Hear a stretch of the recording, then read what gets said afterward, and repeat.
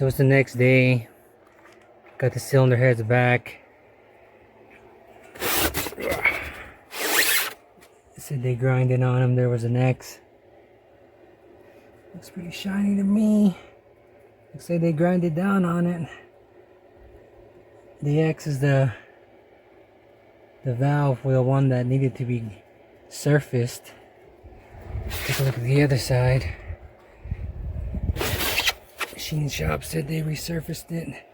There's the X of the one that was bad again. So we're gonna be applying the valve grind compound and see if we get that nice even gray circle that we got on all the other valves.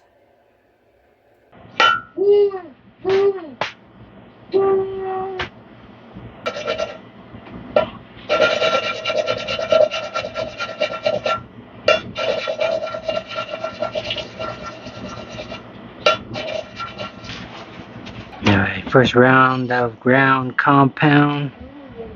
There are still a couple shiny lines above and below, but that can be taken care of. We're just going to apply the valve grind a couple more times until it's a nice even ring like the one next to it.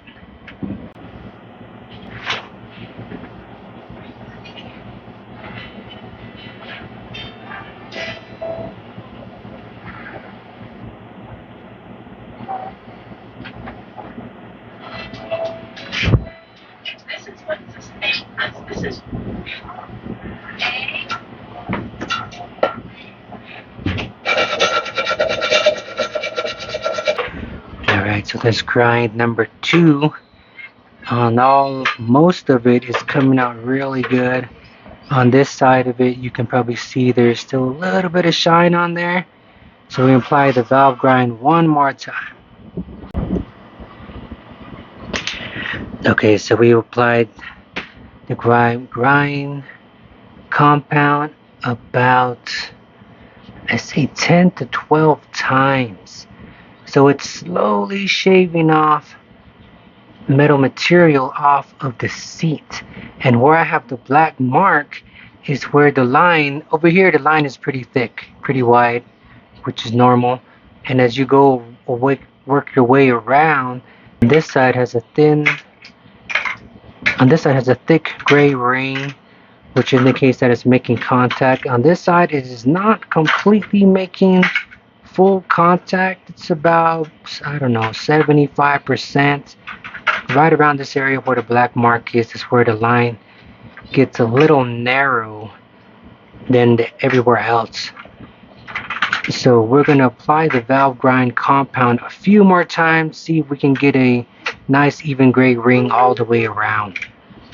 So when you're doing your rebuild, it's really a judgment call. It depends on how it looks to you. The other rings they're wide, they're gray, they're even all the way around, no shiny spots, and that's what you're trying to accomplish here. So you have a good seal between the valve and the seats, so you're not losing any compression.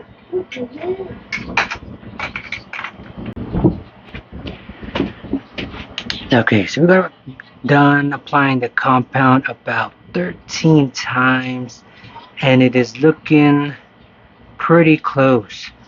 Now I know some people might be wondering, how many times can you apply the valve grind compound before it destroys the valve or the seal? So some of these valves are made of certain type of material.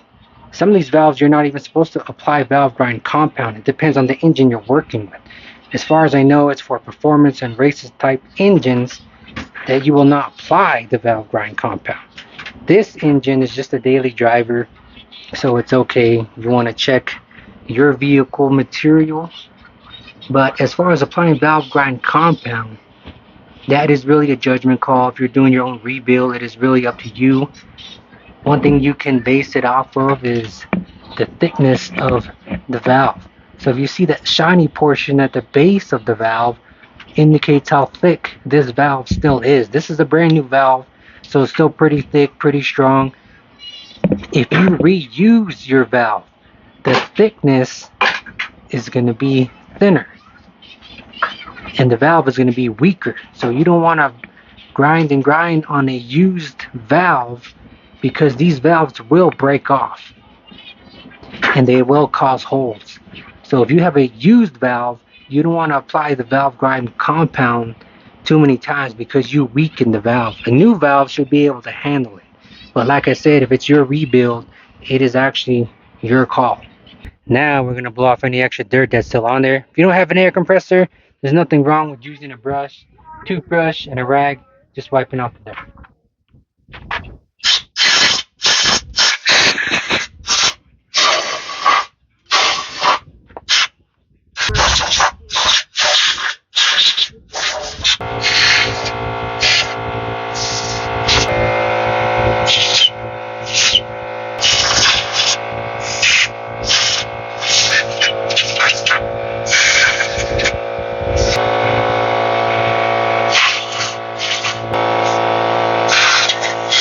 So next we're going to clean up these smooth surfaces, and we got this razor blade.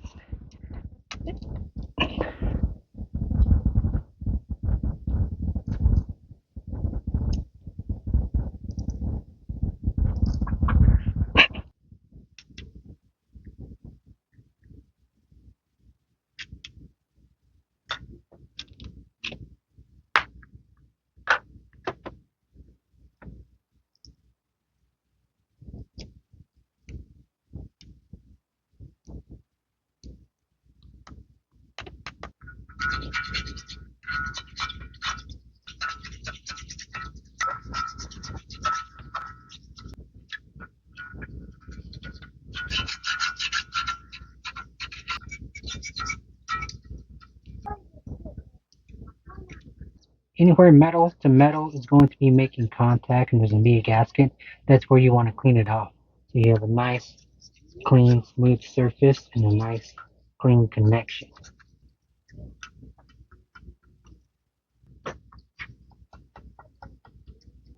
So you don't want to, you want to be gentle with it. Apply light pressure. So we're going to blow it off one more time.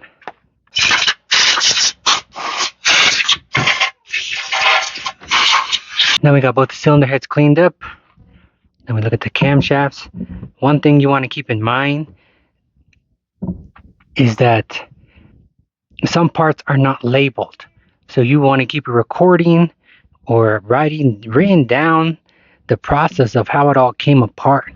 Because if you look at both these camshafts, it doesn't tell which side is left, which side is right, driver or passenger. So I do remember, because I've done this a couple times. So on this side, I know this is the camshaft sensor. And the camshaft sensor usually reads the notches on the camshaft. And if you see, this camshaft here has the little reluctor ring, I believe it's called. So this camshaft is going to go on this side because the camshaft is magnetic and it reads the metal strip on here. Every time it comes across a gap, it sends a signal to the computer indicating the position of the camshaft. So we're going to spray these off with some brake cleaner, get these cleaned up. Everything you need. Alright, next we got valve seals. To help the valve seal go in, we're going to put a little bit of oil on the inside of each valve seal to help it slide on, just so it doesn't tear the rubber on the inside.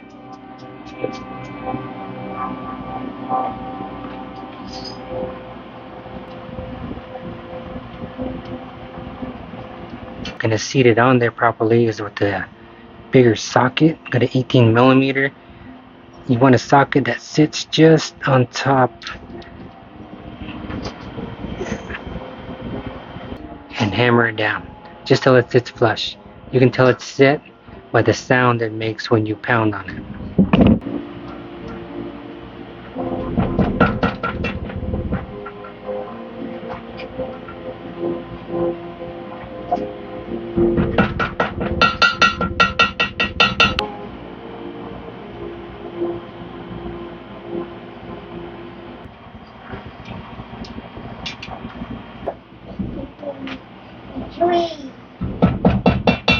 Okay, next we got the valve springs. The one with these little DGs on the ends of it, I don't know if you can see that, those are exhaust.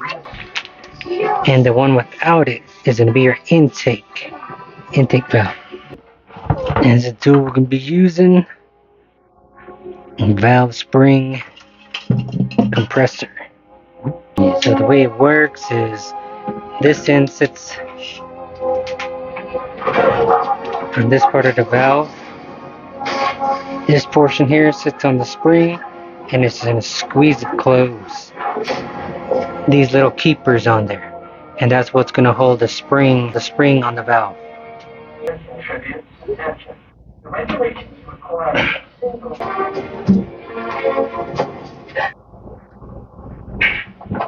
So this is what the compressor looks like when it is sitting on the cylinder head. You see on this end, one end sits on the actual valve you're working on, and then the other end pushes down on the spring. So if you look in there, there's just enough room for that clip to sit on there. There's two holes on both sides, so you can put it on one side or the other. So this is a spring that is not compressed, and this is the spring that is compressed, and that is how the tool works. So each cylinder head is different size, so the tool actually has the ability to widen and shorten depending on the size of the cylinder head. So that is how that tool works, and it makes the job a whole lot easier. It's going to take a little messing with, but it does lock in place, so it compresses the spring while you're able to put those little clips in. And it does move around a little, so if you have a second person to help you, that does help out. You have an extra person holding the compressor in place while another person puts those little clips in.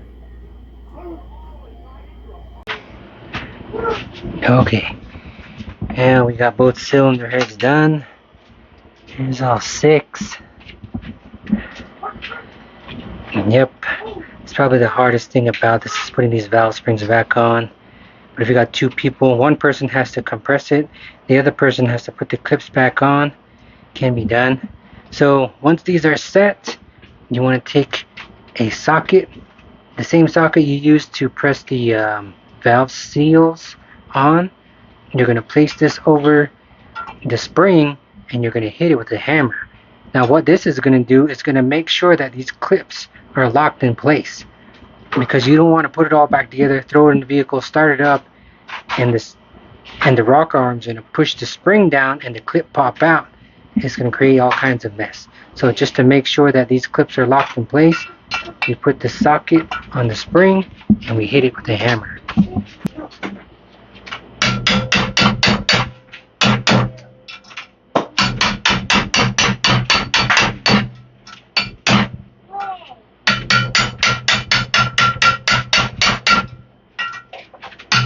In the middle of all that, if the clip wasn't seated properly, when we hammered it down, it would compress the spring, and one or both sides could possibly pop out if they're not seated right.